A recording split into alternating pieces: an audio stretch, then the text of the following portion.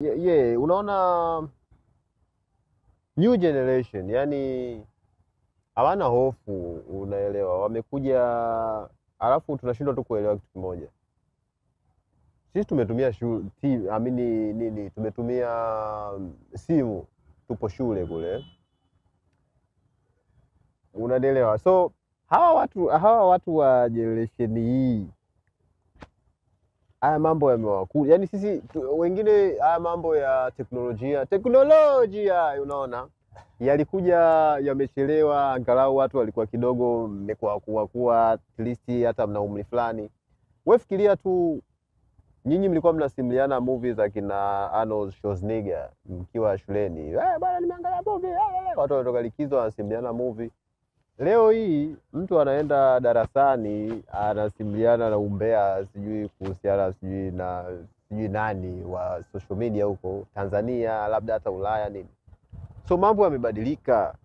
Maana yangu ni kwamba wao wamebahatika kujifunza vitu vingi sana mapema.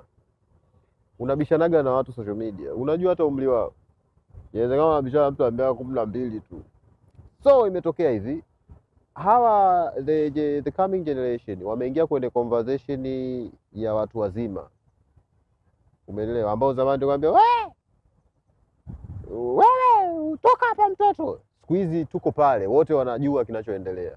Sasa hii imewafanya wawe na taarifa nyingi sana, wanajua vitu, wana confidence.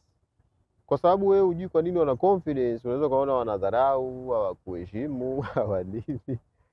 Kikubwa ni upate nafasi ya kuongea nao ili uwaelewe. Kwangu mimi nawaona wako vizuri sana kwenye stand up comedy au kwenye tasnia nzima. Kuna mieyusho, sikatai, mieyusho ipo. Kuna wengine wamekuja, unajua tena siku hizi mtu kila akiwa mtu mwenye simu tu anahisi anaweza akawa chochote.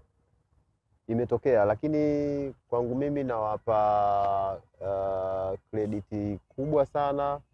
Kuna comedians nilifanya nao show yangu iliyopita, na Limi Show ile, kwenye comedy special yangu ya Son of Gloria, wali open unaona kabisa anakwambia ana 20 ana 21 wadogo, lakini unaona huyu ana vitu gani, lakini unaona maybe amenisikiliza mimi, lakini maybe sio tu kwa sababu amenisikiliza mimi, ana watu wote karibia hapa, anaweza aka-access kila kitu. Kwa hiyo ni rahisi kwake ukisikiza watu wengi, ni rahisi pia kujua vitu vingi, na ni rahisi pia kuchagua kwamba huyu ni sahihi, huyu ni sahihi, huyu ni sahihi, ni sahihi.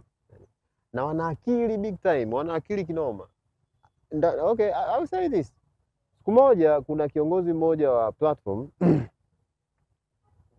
sio, tulikuwa tumeenda asubuhi hivi kwa ajili ya kukutana, kwa ajili ya kuperform baadaye. So tulikuwa tuna story, tunapiga story pale, anatoa maoni yake, anaongea. Akaanza kusimama, najua dhana yake ilikuwa ni nini. Unajua kuna watu wengine hawapendi comedian akisema mimi nimemsikiliza Nalimi, ameni-inspire Nalimi, Nalimi ni writer mzuri. Wengine labda inawakata, hii inawakela. Yule kiongozi anasimama siku ile anasema kwamba Nalimi, wewe una joke zako ni very ngumu, sijui. Hadi ikabidi tubishane naye, tuzungumze naye pale kwa kina kwamba kwa nini wewe unaweza kusema hivi. Nikaja kugundua ile ilikuwa ni dhana tu ya kuua ile tu nguvu yako, kwamba now this kid haitakiwa kusikilize wewe labda, ama kuangalia wewe kama inspirational ama kama idol ama chochote. Lakini sasa inashangaza kitu kimoja, huyu mtu anayesema mimi joke yangu ni complicated, yeye elewi, ana joke za comedian wake ambao yeye ndo anaona wanaeleweka. Lakini tukichukua hizo joke tukaziweka zote hivi mtandaoni, yani tukachukua zile performance yangu mimi na performance ya huyo yeye ambao anaona ndo yeye huyo, numbers ni kama zinalingana. Maybe namba zangu ni kubwa kwenye particular content. Unasemaje hiyo kitu ni ngumu au kitu akieleweki? Nikashangaa, sikuelewa. You know what happened? Wiki mbili mbele apigiwa simu na kuna rafiki yangu mmoja, ana mdogo wake ana miaka 13 alikuwa by that time. Sasa anakaa labda ana miaka 14. Akaniambia, bwana sikiliza, mdogo wangu anataka kuongea na wewe hapa. Mdogo wako wewe anapendaga anakufuatilia, nikwambia ana umri gani? Ambia miaka 13. Na 13 ataelewa jokes zangu? Kuna mtu alisema jokes zangu ngumu. Imagine, so nikawa naongea na yule dogo. Mambo vipi? Freshi nini? Namsikiliza, niambie. Mimi ni shabiki yako sana, napenda joke zako. Nikasema huyu mtoto anaongea tu kama shabiki nini. Nikamwambia joke gani? Alinitajia joke kama 3 hivi. Ambazo mimi mwenyewe nasema hii is for somebody ambaye anaweza akawa yuko, you know, that joke technical nini. Mtu wa miaka 13 ameweza kuing'amua hiyo joke bila hata kupepesa macho. Alafu guess what? Ni joke ya Kitanzania kinoma.